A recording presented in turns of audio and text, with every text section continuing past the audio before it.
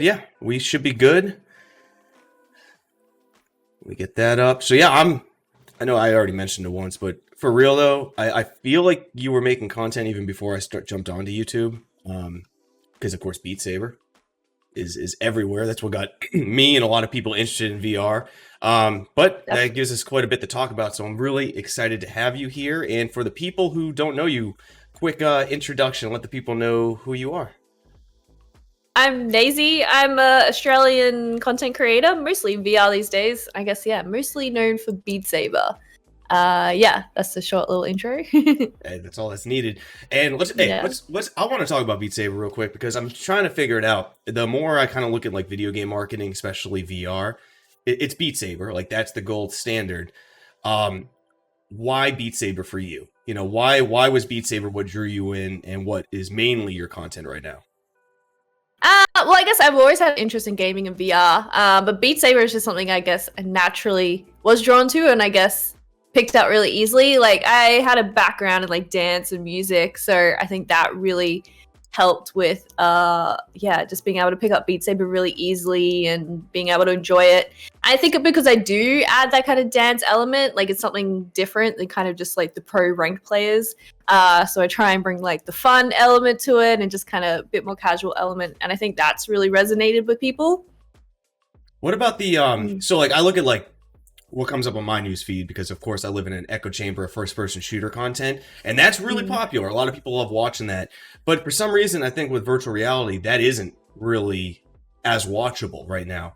Beat Saber is. Why do you think your audiences or general audiences, and yours specifically, can bond so quickly and so well to a Beat Saber type visual experience compared to first person shooters, which they've been kind of groomed to watch forever? Something different, and I think the mixed reality component really like showcases that kind of VR immersive element a lot more. And I think there's just something about like kind of rhythm games or something rhythmic in general, like our minds just kind of just really tune into it. Like it is so satisfying to watch, and it does get addictive, like kind of any rhythmic stuff. So yeah, I think our minds just are automatically drawn to like music and dance. And yeah, I think the mixed reality component was really added a lot. Like I don't think without mixed reality, like Beat Saber would have been so massive. So massive shout out to Liv for making a lot of that possible. Yeah, do you remember back in the day too how, not that it was super difficult to use, but Liv was way more difficult to use. Like when I first got into it, having to set up the virtual cameras, you had to like perfectly balance in your room where the camera was. But it's weird how like Beat Saber synth riders, I don't know if I can't really think of any, like they work perfectly with mixed reality, but that's really all I see utilized a lot with mixed reality. Have you noticed, in your mind, are there other games that would do well to take advantage of that, or is it really dependent on the game itself? Todd, I think it's a little bit like it's a mixture of both worlds, like a mixture of FPS and then like the rhythmic aspect. But I think the problem with mixed reality is like you really need that like static aspect. I think for people new to VR, like that static kind of like standing still element is good, because I think a lot of people do get motion sick in VR. So having something that you can stand still is, I think, a good starting point for VR. And for mixed reality, like I think they integrated Phasmophobia mixed reality, and because you're constantly rotating, you're just constantly clipping the environment. So it really does need to be like a static kind of shot for mixed reality to work, and that's where the rhythm games I think really work. Super Hot looks really cool in mixed reality. I don't think, I need to create some content on that. But I have the Temple. I'm excited to check that out. That's out soon. Have you heard of that one? Oh yeah, that's the Indiana Jones type one. It's full room scale, correct? Yeah, and I think he's really kind of designed it with mixed reality in mind. So I think that's going to be really cool. But yeah, I think mixed reality is awesome, but it does need to be like considered if you do want that to be like a part of the game. Yeah. It definitely adds to the viewing experience. But one thing with specifically your type of content that I'd like to know how you navigate this, because I speak with a lot of I get a lot of DMs of people who are starting to make VR content and they want to figure out how to do it. And there's no cookie cutter answer, but a lot of them are Beat Saber starting with. I don't know how to navigate the conversation with DMCA and stuff like that. First of all, what's been your experience navigating that whole mess of a situation that both YouTube and Twitch don't exactly help you as much? I'm being pretty vocal about, especially my Twitch streams, and it is terrifying. It is really terrifying. But yeah, like say for example on Twitch, I could just get copy striked any moment now and just get banned. But essentially, I guess that's a risk I'm willing to take. Mm-hmm. And YouTube, like they do have things in place where the stuff gets copyright claimed. So like my YouTube videos have like millions and millions of views, but I like don't make a cent off anything, which sucks. But at the end of the day, it's like about sharing what I love. But yeah, I get really, really frustrated with Twitch that they haven't done more with music copyright, because like Facebook and Instagram have like bought a license, TikTok has negotiated licenses, YouTube has like integrated like systems in place, whereas Twitch are just like, not our problem, it's your problem. So yeah, I get frustrated, but also live in fear that I could just get banned. And you can get sued, but like, you know, they're not going to waste time on unless you like push me. that. But yeah, who's the one doing a lawsuit right now? Isn't XQC? He got a strike for showing some of the Olympics. So I don't think it's a lawsuit, but they pushed back, so then it can escalate to a lawsuit. But yeah, they may do it to make an example out of him, but it'll be interesting if something does go down there. If you're someone who's new getting into making VR content, what's your advice to them on, do they need to be nervous? Like, do they have to go tenfold on research on what songs they put out there and worry about that? Or, you know, what would be your advice to someone making Beat Saber or any type of rhythm VR game content to navigate that where it doesn't stress them out? Like, I guess it's a tough one. Like with Beat Saber, the OST is fine. And things like the Monster Cat pack. But yeah, it's essentially you're taking a risk. So it's up to you to take that risk. But I think if you're starting out on a new channel, like I think like if your channel's small enough and you do get banned, it's like not the end of the world. But yeah, I think I just have fun with it and be very aware of the risks. Because yeah, if you're trying to like make money making Beat Saber content, you're gonna have a rough time. Yeah, just don't put all your eggs in one basket, I think would be definitely. Especially don't put them all on Twitch, because I know you fought against them. I don't know what the hell they're doing for VR content. Is the VR tag back? I've heard like mixed rumors. Some people say it is. The VR tag is back. It's just like it's very hard to like use tags to navigate content. And usually when I click on VR, it's just like all VR chat or VTubers, which is fine. But like, I'd really just love a place, because I like when I finish a Twitch stream, I always try and raid like a VR streamer. I usually try and like raid people who are playing like non kind of avatar people, just like, you know, people playing VR games or whatever. And yeah, it's really hard to find those people to raid or people to watch. And yeah, I wish it was easier, like a way where we can just stream under one category. But yeah. Maybe one day they'll change. I mean, we can get into like a Twitch bitch fest. I'll say that. Like, we can get into. I've got a lot of problems with how Twitch is doing some stuff right now that I'm sure like really impact you. You have that. I don't understand at all why the clipping function is not more accessible. Like, you have every other platform able to clip a lot easier and share that content as like specifically shorts, but I don't see anything like that on Twitch. Like, it's all long form content. And you used to be able to like find Twitch clips and browse by like most popular for a category or by the month, and that still used to be really hard to find. But now I'm like, I don't think you can. And I don't know whether it's because the most popular clips are usually like controversial stuff, so maybe that's removed it. But it's just like back in the day when I was like, so I've been streaming on Twitch for 6 years, so I'm pretty like OG Twitch.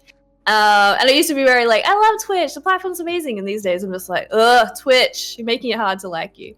But yeah, like back in the day, like my clips would end up in like PUBG highlight videos, or they'll end up in Reddit. And that was like a really great way for discoverability. But yeah, these days it's just like, you got to rely on TikTok or YouTube to really grow your channel. So yeah, they make it hard. how about that new function they just put on? How do you feel about the boosting? Paying to boost? Oh yeah. I don't know. That's terrible. I don't understand it. Can you explain that? Because I couldn't really navigate that.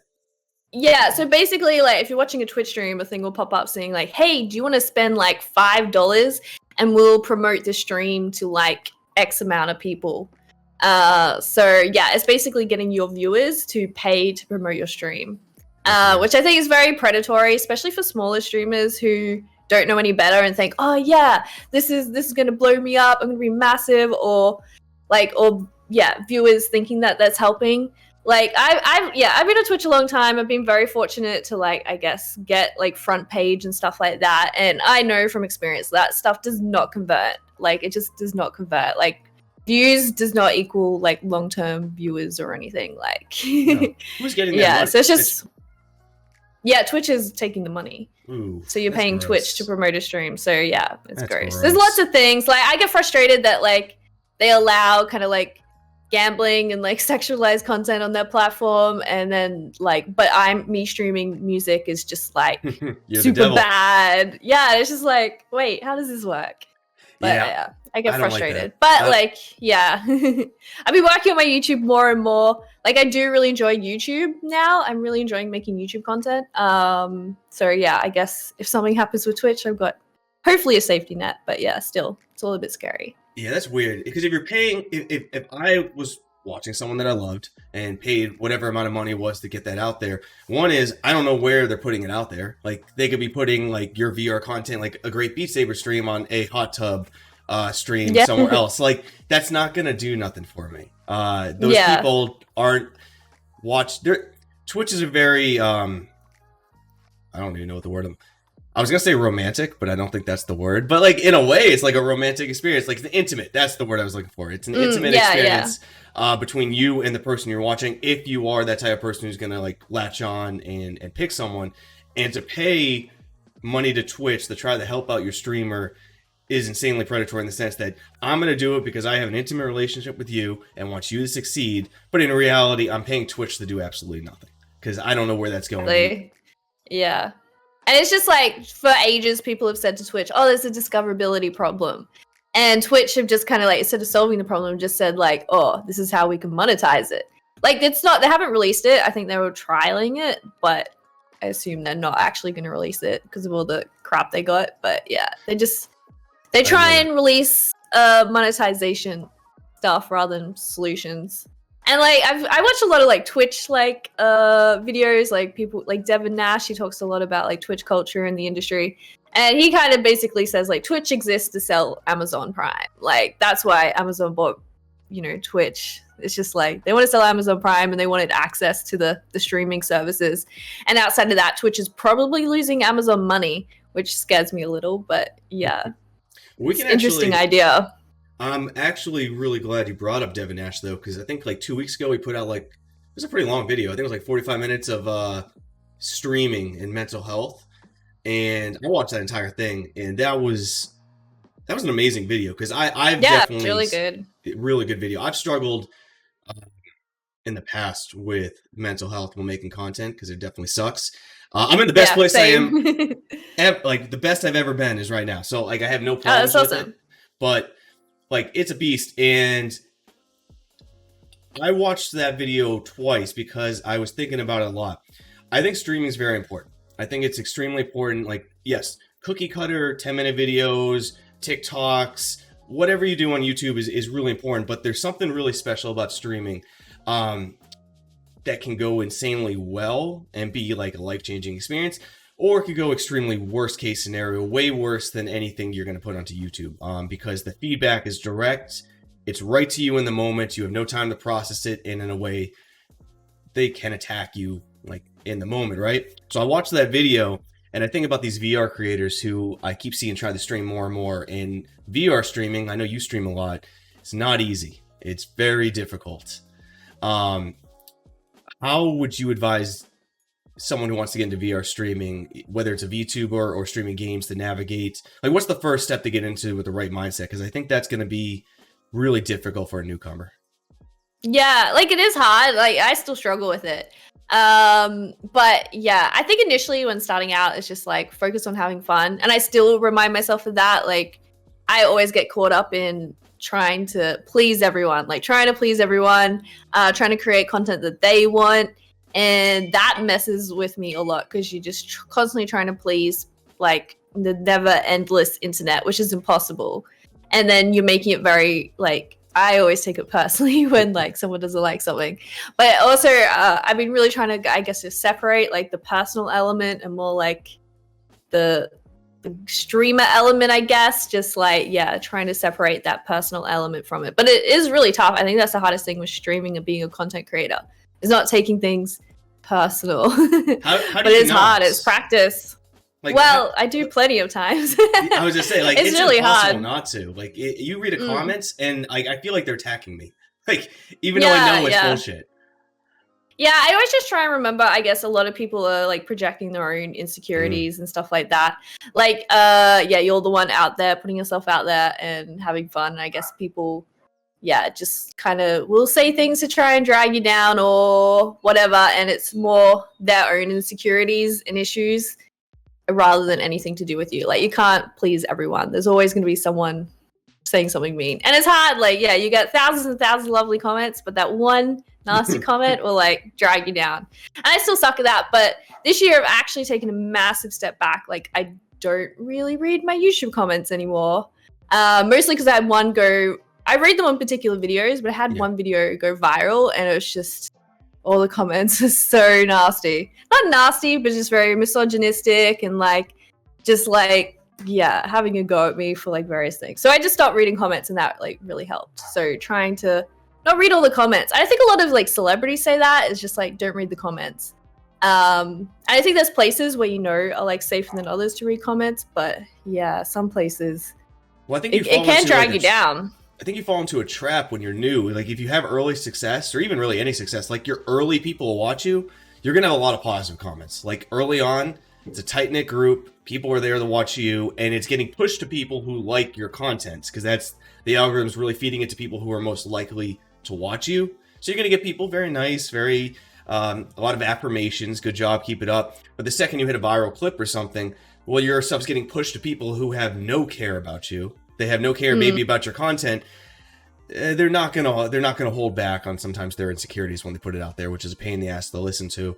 When I was listening to Devin Nash, like the two things that resonated a lot with me when it comes to streaming, and I think this will apply to a lot of VR content creators, was the not getting hung up on the numbers. You got to do that. Like, if I that one. I might I'll post it tomorrow. I'll probably post it with the launch of this video. Like, I'll show you guys my last 30 days numbers from this channel. It's really bad, but it's actually good in context because it like crashed real hard changing content and now it's finally catching. But like, don't care about it. Just don't worry about it. I'll show you what horrible looks like and how it doesn't have to affect you, and then you can just take that with a grain of salt. And the other thing which I was curious about your thoughts on was the amount of time streaming takes. And a lot of VR, like a lot of traditional streamers, are doing hundreds of hours a week. VR content creators, I don't think would ever be able to do that physically without destroying their body. But do you think there should be like a cap on streaming hours? I'd be curious your thought on that. Like, I would love to see that. I've always been like very pro like work-life balance, even though I don't practice it as much as I want. But yeah, like, it's just the concept of like, to make it, you have to stream like so many hours, and it's just crazy. Like, a good friend of mine, he's recently gone full-time streaming, and he did 50 hours last month. And I'm just like, how? Like, like, and it's paying off for him. It's like kind of celebrated. Like, oh, wow, that's, you know, killing it. Like, and I'm just like, I've learned over the years that, like, for me, success is like, you know, enjoying what I do, having enough money to pay the bills, while also having like enough spare time to, you know, hang out with people and play around in my garden, that kind of thing. So that for me is what success looks like. And I think people, I don't know, have to learn that, but it's hard. Like, yeah, I think streaming so much is like very toxic. Yeah. It's not good for you. Well, let's get on to positive topics. How about that? Because I I don't want to get depressing. But one thing that I know you play a lot of, which I want to pick your brain. I just wanted to gab about it. Horror games. You stream horror a lot. why? I got to hear your thoughts on it. It's my favorite genre, and anyone who loves horror games, I just love to pick your brain on why you like it and what games you're playing so I can check those out. Yeah, like I guess I've always enjoyed horror games. Like, yeah, I love getting jump scared, and I think I'm a pretty naturally jumpy person. So yeah, I don't know. It's like kind of sadistic. It's like I don't know why I like it. I just do. But I think VR definitely adds that element of where you can like physically turn around and like there'll be something there. So that like physical element with VR, and I think kind of the spatial audio a bit can be adds a lot to VR horror. I really enjoy it. It's lots of fun. But recently I've been playing Forewarned. Have you heard of that one? No, I have no idea what that is. It's basically Phasmophobia, but you're an archaeologist and you're going into these tombs in Egypt. So yeah, have you played Phasmophobia? Or heard about it? Yeah, yes. Yeah, it's pretty much Phasmophobia, but Egyptian tombs. That was terrifying, and I played it solo. That was really cool. It's funny, like when I play like horror games, if I'm with people, I'm less scared. Same. I played Phasmophobia and I wasn't scared at all. Like I had a wonderful time. So no shade on the game. Like even with it not scaring me, wonderful time. But something about when you're in a VR horror game with friends, I have a sense of peace and I'm just having fun. Yeah. Like I love it. But then I'll like when I got my first headset was the HTC Vive, and I know you have an index, so you know like your Vive Home, and people can make their user created rooms and stuff. And back in the day, some people were really making some interesting ones. And there was one called Scared Yet ? That's all it was. It was a puppet that would every time you looked away would kind of move, and depending on what room you were in, different scare tactics. It was awful. It wasn't good. But at one point you walk down the hallway and a bathroom light turns on. It's a dark hallway, and you got to walk towards the bathroom. I know I'm supposed to do that. By myself, I couldn't bring myself to do it. Like I turned off the headset, and it was like another day. I don't know why by myself in VR is so much more scary than with people, because I'm still in the same amount of fake danger. But well, I guess it's like real life. Like if you're in a haunted mansion with people, it'll be less scary. But if you're by yourself, it'll be way more scary. Have you ever done a real life ghost adventure? Because they're so no, much fun. I would like to. I think that sounds really fun. Oh my god, we went. For now, VR horror works. Yes, go do your VR horror if you ever get a chance in real life. They're favorite. What horror games would you recommend to people who are into that? Because I think you always get the standard ones. Phasmophobia like is the biggest one that comes out a lot. But any things that are atypical that people need to check out, older or newer? Yeah, I've been definitely trying to like go through the lists of all the horror. I recently played Rico's Fragments. It's not like a well-made game, but the jump scares are really good, and you can play with like your audience, so they can log in and like sabotage you. I also played starts with A, damn it, something Mansion, Affected Mansion. Yeah, Affected. Yep. Yeah, that was great, and I've never heard of it. It was like I think a pretty little indie game. I'm like, that was great. Affected. Really enjoyed that. The Manor. That's what it is. Yeah, Affected the Manor. Yeah, that one. Yeah, I really enjoyed that. What else have I played recently? Yeah, I played a few. I played one was kind of cell shaded. That was recommended, but I didn't like it. It was an Oculus game. Not the Jurassic Park one? No. Oh no, you're thinking of I know what you're talking about. It's like a 2-word title. Yeah. I've got it in my reverb list. Yeah, that came out. What was it? Lies Beneath. Yeah. Wasn't into that. Why not? I'd be curious, because I think like it's pretty easy why a lot of people like horror, but what put you out of that game? Because I think I always like talking about that, because a lot of games you hear Half-Life Alyx, you hear all that stuff where everyone loves, but sometimes I think it's important to look at the games that we don't like, and not because they're bad games, but why do we not like them? Because I think VR devs, I speak with a lot of them, and no one's got. I mean, there's no answer for what makes a good VR game and a bad VR game. But yeah. When we can dissect what puts us off a VR game, that might help us get to the good ones. Yeah, like for me with Lies Beneath, I think it's like the gameplay was pretty repetitive. Like it was just kind of like clear this section kind of thing, then do the next section. And yeah, it was kind of like challenging. Like you kind of had to sneak around these bad dudes or like kill them. And yeah, I just died too much, and it just kind of became frustrating. And I'm like, yeah, I'm over it. It just felt a bit repetitive. But yeah, I don't really like stealth unless there's a really good scare element to it. But that's like a personal preference thing. No, I'm with you. I hate stealth games. I'm not. I'm Yeah. a wrecking machine. Give me the shotgun. Let's go. Yeah. Do you have less patience in VR games? Like if you're like, say like you play a traditional game and you're not hating it, but there's like things that are irking you. Do you find yourself sticking around with those more to give them a shot? And VR you ditch when there's too much friction, or are you just as patient, kind of the same way in both? Like strangely enough, like I feel like VR's ruined PC games for me. I can't get excited about PC games anymore. But yeah, like always get frustrated by things, but I don't know if that's a VR thing or just me getting older and playing games for a living. But I played I can't remember now, a new sword fighting kind of game. I'm trying to open up my Steam library. And it had very long tutorial with walls of text, and that's like I always hate that. I'm just like, I'm out. I ended up playing it, but yeah. Oh, was it Legendary Tales? Yeah, that one. And everyone's like, this game's so good. I just like, this tutorial is making me not want to play it, which is very, very long and walls of text. And I'm like, I'm not a noob. Just give me the basics. Throw me in. Let's go.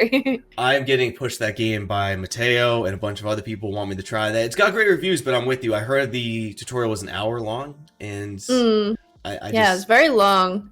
And the gameplay, I don't really get it. Maybe it's more fun with more people, but I think games like Blade and Sorcery and Hellsplit Arena are way more fun. Because I think the enemies are skeletons.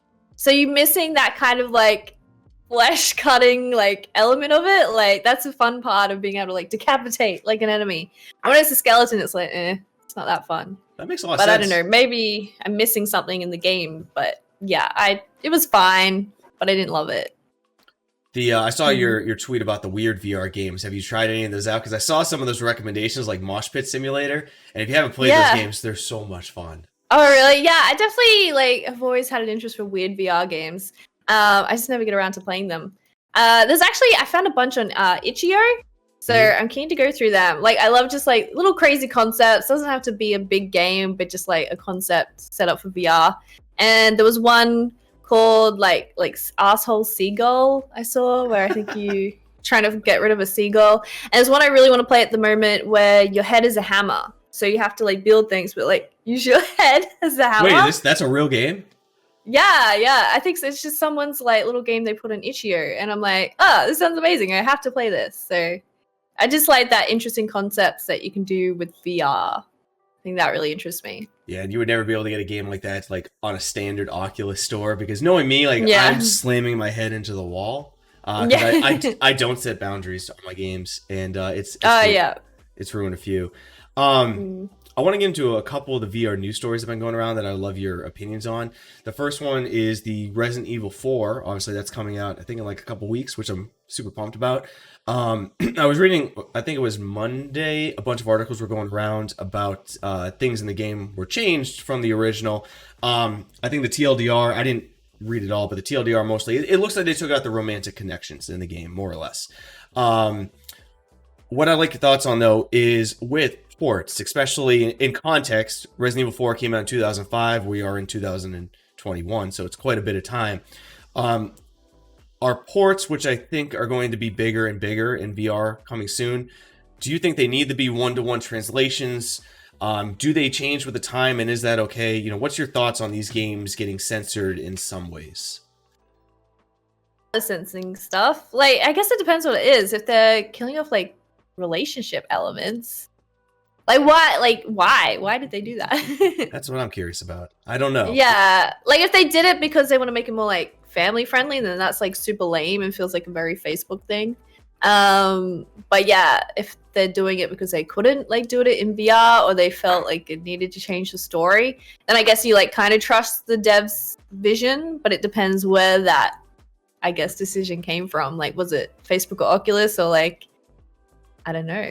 That's a weird thing. But yeah, I'm excited for all the ports as long as they're done well. And I don't really care if like gameplay elements change. I think that makes it more interesting. But yeah, story-wise, that would suck if they've changed something major. Yeah, they're saying that, I think the rumor is that with PSVR 2, all AAA developers, when they launch one of their titles that are exclusive to Sony, that the rumor is that all AAA games have to have a VR port. I don't know if that's a good thing or a bad thing, though.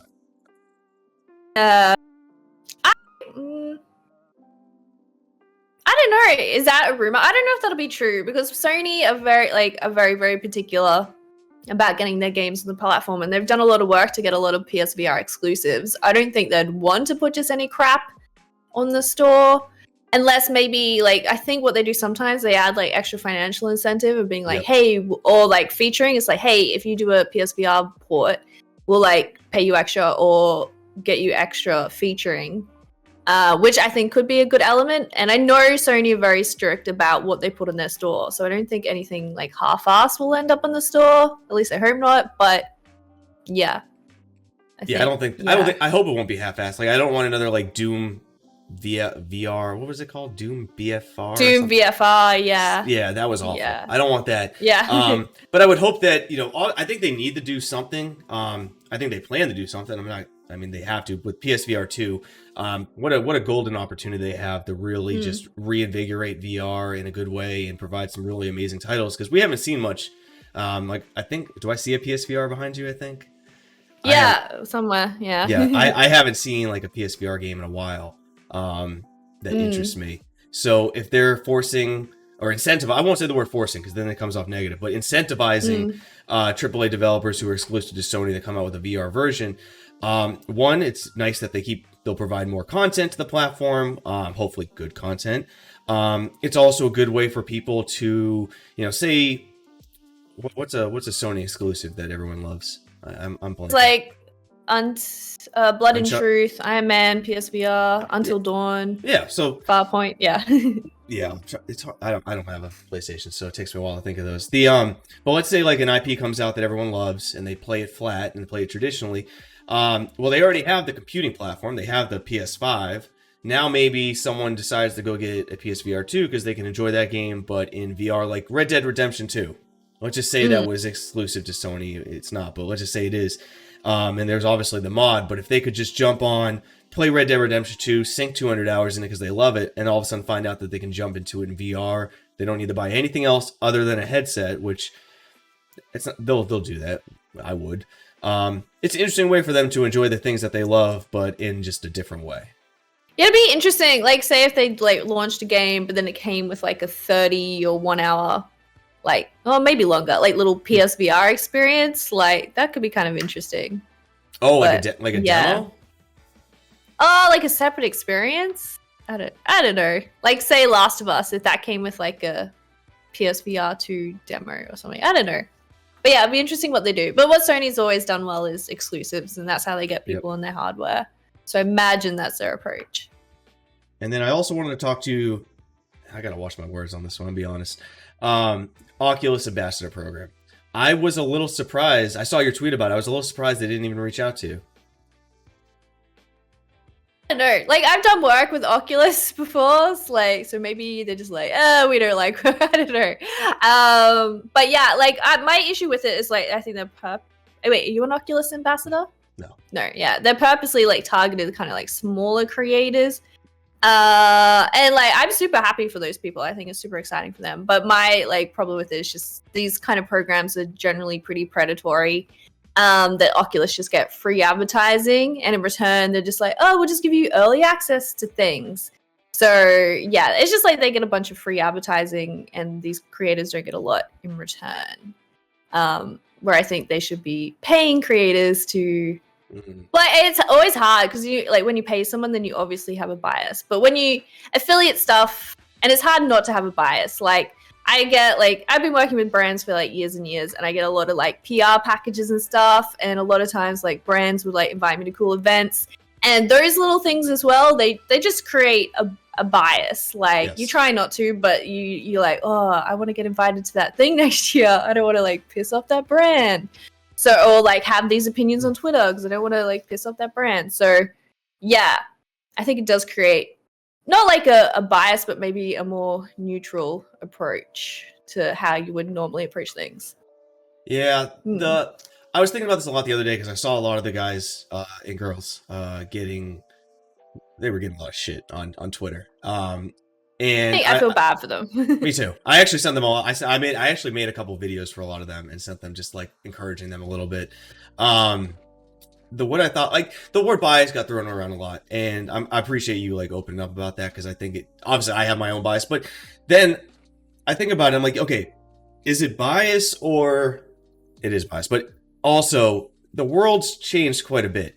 Most things is a relationship business. Like everything I do in life, it's a relationship business. Whether it's the people I have at work and customers, it's the relationship I have with them. Whether it's viewers and content or content creators, it's all a relationship. And to say that you can go into any situation and not give a fuck about the relationship and just do you, like you can. I won't expect to see you in a couple years because it's just not how the world works. It's a little bit of a give and take always. But when does it go from an amicable relationship to the opposite extreme where people are giving a lot of people flack that they can't be trusted? Like how do we stay in the middle there where you can have these relationships with corporations but still have the trust of the consumer? That like can definitely exist. I just think the whole branding thing comes as a problem. And that's where I see the problem. It's just like saying like, oh, I'm an Oculus ambassador or whatever.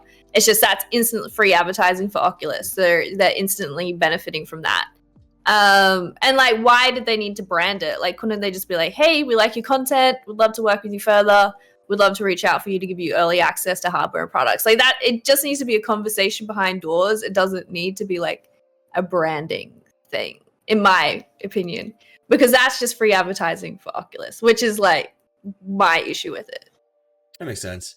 The biggest thing that I wanted to say on it, and I'm going to be a little selfish here because I did ask the question, but I did have a reason for this question, is one thing I noticed from a lot of these ambassadors when they came out with it, which I hope to see them not do in the future, or anyone who makes an announcement, don't do this.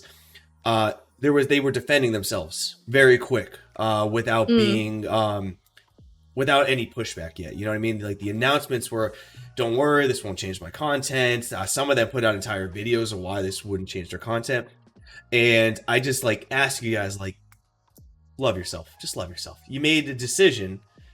Be happy with it. Don't worry about it. You know, don't defend yourself right on the offset leg of it all. What you should do, just make your announcement. Hey, I'm an Oculus Ambassador. It's a good opportunity for me. This is what I feel is best. That way I can provide you guys with info. I'm pumped. And if anyone doesn't like that, you don't have to put this in the tweet, but if anyone doesn't like that, it is what it is. But I just didn't want to see all these guys like defend themselves because I feel like at the end of the day, they shouldn't have to. You know, if they came out with the announcement on a Tuesday, if Monday people were watching them and were like, I like you. What changed? What changed? Do you not trust the person? Or it's hard for me to like express this because obviously I'm extremely biased in this situation, like extremely. But I think. Oh yeah, keep going. No, go ahead because I gotta get those thoughts back in because I know I'm gonna go off on the wrong tangent. Oh yeah, like I only knew it was kind of gonna be, I get a bit I guess hairy because like I follow a few Sims creators who like they're pretty big creators and they're part of like EA Game Changers. And as soon as they make a positive video about like a new pack or something, people are in the comments being like, you're getting paid by EA, blah blah blah, because you're a game changer. It's like, oh, game changers sell out. Like, you know, no matter what content they do, whether it be positive or negative, like people always use that as a way to like have a go at them when they have like a positive opinion which doesn't match theirs. So I think like ambassadorships kind of, especially for bigger companies, like unfortunately don't have a good reputation with consumers, I guess. I really didn't like how it went down, especially the people who took the ambassadorships. Like, it wasn't, they were people who have been making content for free for a very long time, some of them, like GT, Steve Knows, Beardo, I don't know all the ones who announced it, but either way, these are all guys that I know that early on were making VR content when no one's watching. Still, it's hard to get views because not a lot of people are watching VR content. If these people were willing to do all that, like, give them the benefit of the doubt, guys. And hey, big thing, viewers, if you see someone with an announcement on Twitter, if you don't like it, just say congrats or don't say anything. Is that hard? Like, yeah. I'm very frustrated with what I saw the other day. Is basically, I just these people made a choice, respect their choices, watch their content. I think intentions should matter the most, and I don't think any of them have a bad intention bone in their body. I think the problem is like the VR community is so small that it's easier for opinions to go further. So yeah, like everyone has an opinion and everyone sees it, I guess. So it always feels bigger than what it is, I guess. Yeah. But at the end of the day, like I'm excited for them, and I don't like see anything negative for them. Like I said, my only issue with it is just brands taking advantage. But yeah, it'll blow over in like 2 days when something else happens. I like to. We still have time for whatever you want to talk about, but I do like to end kind of the last part here with what's making you happy in VR, because I think there's too much negativity at times, and I really like to hear what's making you specifically happy with VR, what you're looking forward to, or any topics that you're most interested in within the space. What makes me happy? I think just seeing how many people get into VR. Like I was first getting into VR, I think like 4 years ago. And it was really hard to do. And there was just like not really any good games. Yep. And now we have like this month we have like the good problem of like there's just too many games. Like I'm like, oh my god, I don't have time to play all these games. So that's like a really good problem to have. And like there's like way more interest in the industry now. Like for me personally, like getting like more like paid opportunities in VR is like really cool. And I've done like some trailers and stuff. Like I think just seeing the interest and the hype around it, and more people getting into VR to be really exciting. Because it's always been like that, like VR would be big one day, and then everyone's like, no, it's dying. So I think it's like, I feel like it's finally happening, guys. Which sucks because like I feel like we got like, I don't love Facebook and Oculus, but I feel like they are a big part in helping VR become more mainstream. So yeah, I think it's good. In a way, yeah. Let me pick your brain too.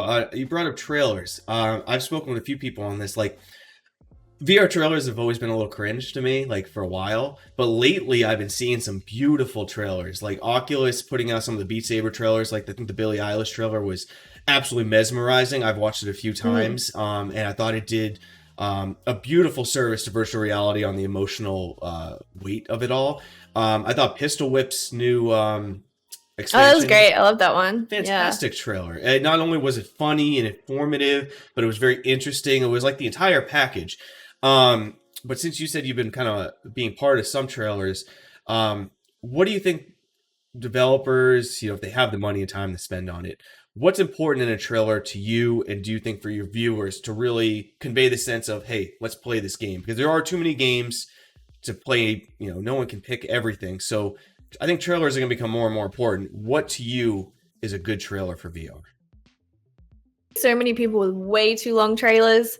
Like before I did content creation, I work in games marketing. So I got to make a lot of trailers for like mobile games. And you really need to like catch people in the first like 5 to 10 seconds. Which can like when there's like the scene of like someone picking up a VR headset and putting it on and blah, blah, blah.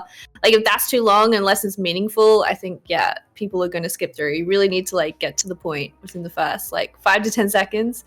And I think mixed reality is great at showcasing like what a game is, like the bigger scale, but also like first person gameplay as well. But to all the VR devs, if you are watching, please post more like clips on your Twitter feeds. The amount of times like I'll have a VR dev follow me or someone mentions a game, I go to their feed being like, oh, I want to learn more about that game. There's just nothing visually on their Twitter page that I can like learn about the game. Or I go to their Steam page and then they'll have like a dev journal or something like, I just want gameplay. Just tell me what the game is. So there's more and more gameplay is always good. Yeah, I'm with you on that. I mean, I hate Steam trailers are the worst. Like half the time the audio doesn't even work for me. I don't know if that's just me personally, but Steam trailers are really hard to watch for me. But lately I've been paying a lot of attention to trailers because I'm with you. Like I just what game was it? I'm not trying to hubris.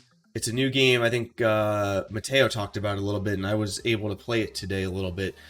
Beautiful. A code, so I'm keen to check it out. Yeah, it's beautiful. It really is a good looking game. And like hubris guys, if you're listening, and I'll DM you guys about this tomorrow because I got no problem saying it. Like your trailer, when I watched it with like Mateo, it's a lot of like environments. It's a lot of like ooh ah, but I need to know why to play it. Yeah, I think I actually, maybe Mateo, someone's YouTube channel. That's where I actually saw the gameplay and got interested. I think when I was watching that trailer, I'm like, oh, it seems like a concept. Like, there's no actual gameplay or whatever. But yeah, when I saw someone's gameplay, I'm like, oh, this actually looks cool. So yeah, gameplay is important. But it's also hard, like, even when I was playing it and had gameplay, I'm not sure if what I did in that game would translate on screen to fun. And I don't know what I don't know what the secret sauce is there, because what's fun about a gun? Like, what's your favorite? I won't use guns. What's your favorite type of VR game? Well, I like horror games. Yeah. So let's use horror. If I was to show you, a trailer of all the monsters, right? Let's just say it's a monster game. Is that a good trailer? I don't know if monsters make the horror game. It's usually how they make you feel. So how do you translate that in a trailer for VR? I know that's what confuses me. Yeah. I guess. Yeah. Well, that's I guess that's the interesting with VR is like we have all these new problems, and it's just kind of like trying to solve them. But I think all things like adding music, different angles, maybe. I don't know. I guess it's experimenting and seeing what works. And I think it's like the issue of like movement in VR. It's like over time, like devs are gradually getting better at solving that. So yeah. And then mixed reality, I think, has been a big part of that. But not all games are gonna. Like, I find sometimes Synth Riders looks better in first person and can translate better what you're seeing than mixed reality sometimes. I went through a big phase. I still do it, just not as much. I love video game trailers, like StarCraft 2 trailer. I've watched that a billion times. Every Gears of War trailer. Sometimes I'll just go on YouTube and watch trailers because I think they're just beautiful works of art.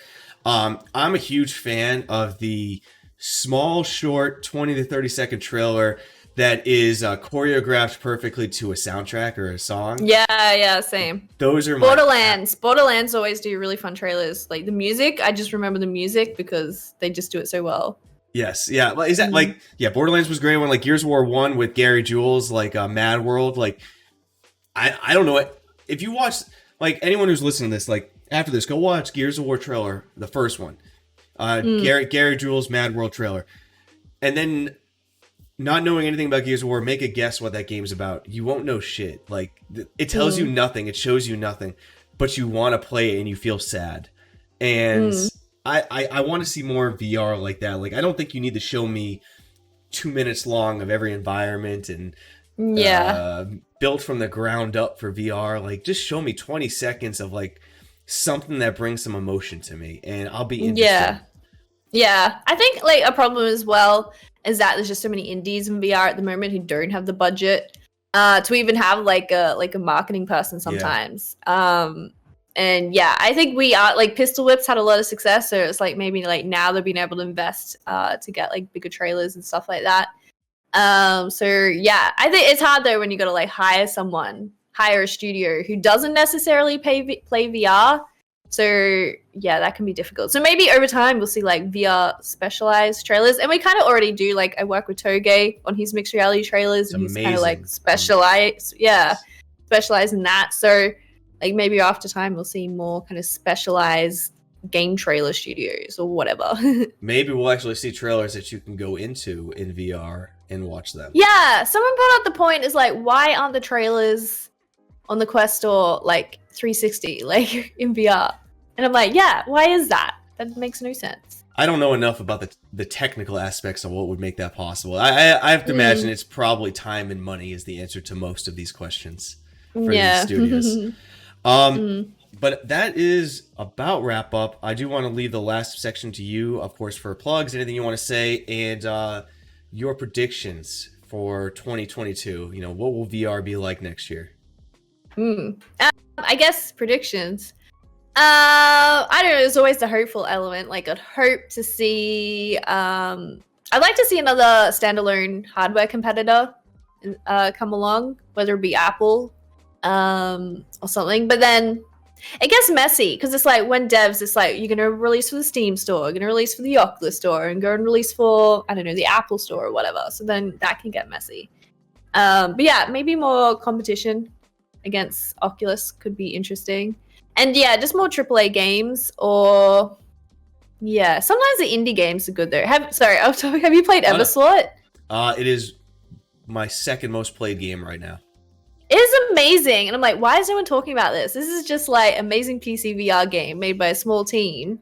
So it's like you're not always going to get like amazing games. To be honest, I think we've been more let down by AAA studios than like surprise. So it's like, yeah, seeing like great teams like whoever made Everslot just like making these amazing games. Like I'd love to see more of that. I guess like indies blowing up because of whatever they're working on. Really, really off topic, but with Everslot, when that came out, and I think almost every YouTuber who plays PCVR picked up on it and put news out, people actually got pushback because it came off as paid advertising, and that everyone no, it's just that good. It really is that fun. I don't know about you, but like I turn into Doom Guy in that game, where when I jump off the ledge into the pit, like time it perfectly, and when I hit the bottom, like I almost do like a superhero jump in my room. I'm like down, like let's go. Yeah, I love that game so much. Yeah, and I love the Doom series, so it's just like, yeah, it was really cool. And I'm just like, why? I guess it's a problem of PC VR. Like, I don't know, not getting enough love. But yeah, great little game. I think it'll change over time.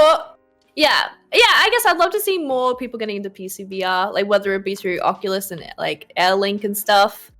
Because PC VR is like still great. I'd hate to see it die, and I don't think it is, even though people like to clickbait that stuff. But yeah, and more PC VR would be great. Because yeah, a lot of Oculus games. Because when you've been playing like PC VR and like big games for a long time, like going to Oculus for me, I struggle playing a lot of Quest games because I just find them a lot more basic and visually bland. It's like I could just play this on PC VR and it'd be way better. But yeah. Yeah, I'm with you, Phil. Like it's really funny too when you play, like if it's a crossplay game, like I play Population 1 a lot, it's crossplay. What I can see in my Valve Index versus what I know a Quest user can see, we aren't playing the same game at times. We aren't playing the same game. Yeah, I guess there's that problem as well, like console versus PC for like controllers and stuff. Like, yeah, it's gonna be unbalanced. But yeah, love to see more love in PC VR. Another like, I'd love to see Valve, do another massive game or something. Someone do a massive game. Portal 3. They don't do 3. Yeah. Well, no, they don't do 3. So it'll be. Well, you hear the rumor. I hear a rumor. And obviously, I think it's gonna be like 2 decades out. But I hear the rumor that the next game that they make for Half-Life could be Half-Life Gordon in VR. That is the rumor. Interesting. Which makes sense. Yeah, that'd be cool. Or if they do a Left 4 Dead for VR, that'd be awesome. Do you remember that? Like, because Phasmophobia is like the Left 4 Dead 3 like rumors that happened like what was it last year? Yeah. I feel like Left 4 Dead VR was everywhere, but it never happened. Tyler McVicker, that's what it was. Yeah, Tyler was doing like all the string codes and stuff, and he found stuff for possibly Left 4 Dead 3, but it ended up being that'd be cool. Ended up being bumped. They should just release a game called 3. That'd be a great meme. That would break brand. Valve can't do that. Yeah. But let the people know where to find you as well, because I want to make sure I'll put this all in the video description as well, but let them know where they can find all things. Basically Naysy, Naysy on everything. I stream like 3 days a week, 3 to 4 days a week on Twitch. I stream US friendly times these days, so around like 5 p.m. ET or CT. I don't know. Time zones are hard. And I upload YouTube, and I've been trialing like uploading more gaming stuff to my YouTube channel at the moment. I'm trying to not just be the Beat Saber girl. I'm trying to be more variety VR stuff. So I just watched your Squid Game upload. Yeah, it was fun. And yeah, it blew up like on TikTok. It blew up on TikTok, which is crazy. Oh, okay. Real quick. I know we're basically at the end. What are your thoughts on TikTok for VR? I don't know why I didn't get into that because I actually, excuse me, I had a dev. I won't name names. Excuse me. Spoke with him on Discord the other day. A lot of pushback from the dev side of not wanting to get into TikTok right now. I think they're just nervous and scared about it. But what are your thoughts on it? It's amazing. It's done, amazing things for me. I think it's done amazing things for VR. Like, I would say I've sold quite a few VR headsets of just kind of getting out there and sharing my stuff. And I think because you're just reaching so many people, And VR has an element of just like, whoa, like people just don't know what VR is and they're not familiar with it. So when they see these things, they're just like, hey, that looks super cool. Like it's a great place to sell VR. And I know plenty of game devs who, yeah, are getting success on there as well. I think if you're not looking at TikTok, then you're not serious about your marketing plan. Like I'm like, yeah, I like a background from marketing. I'm like, marketing, you gotta market your game. The amount of devs I see who have great games who just like miss out because they didn't market their game properly. It's like you should be thinking about marketing now, and if you have the ability, like hire someone or something, because it's just so important. Like, what's the point of making a great game if people don't see it? What would be your tip for the biggest thing they hear about TikTok on the pushback I get is that they haven't figured out how to funnel the views into actually converting to whatever they need. With your success in movement on TikTok right now, how have you tried to funnel them to your other platforms or where you want them to go? Or is that even the goal? Like that's the biggest challenge. But I think if anything, it creates brand awareness. Like I think people don't necessarily come over to my Twitch or YouTube from my TikTok, but when they're browsing like YouTube or Twitch and then they see me, they go like, oh yeah, I saw that chick on TikTok, I'll click on her. But I think conversion is the biggest problem on TikTok. But it's definitely amazing for building brand awareness. So yeah, I think if you're a game dev and you have like a recognizable game, yeah, people are going to like see it on the Steam store or something and be like, oh yeah, I remember that, I want to get that. So yeah. TikTok, guys. TikTok. I've been. People say that I'm funded by the CCP at this point with how much I talk about TikTok, but I really, I just think it's so. It just reminds me. I'm gonna show my boomer status here, but Vine. Like I loved Vine. That was like my number one favorite, most organic. I thought some of the best memes I've ever seen in my life were on that site. And I get that vibe from TikTok, and I just love the creativity. I know some people really push back on just how like the trends they can get kind of misogynistic really quick, but like get past that or read more into it. The creativity on that site is like tenfold anything I've ever seen. Like TikTok's definitely got problems. Like if I had like a teenage daughter or something, I'd be like, you're not going on TikTok. Like I think it can definitely mess with you. There's a lot of stuff on there that's just like I think would be really harmful for young people. Just like, you know, whatever. But in terms of like marketing stuff, it's great. But yeah. Well, we'll end it there, guys. For everyone who is here, all of her links will be down in the video description, and we'll also be clipping this into more tangible bits that we'll be putting in Air for President clips if you want to check those out. But thank you very much for joining me tonight. For having me, it was fun. Or this morning for you. Yeah. But as always, everyone, we'll see you next time, Space Cowboys. Peace.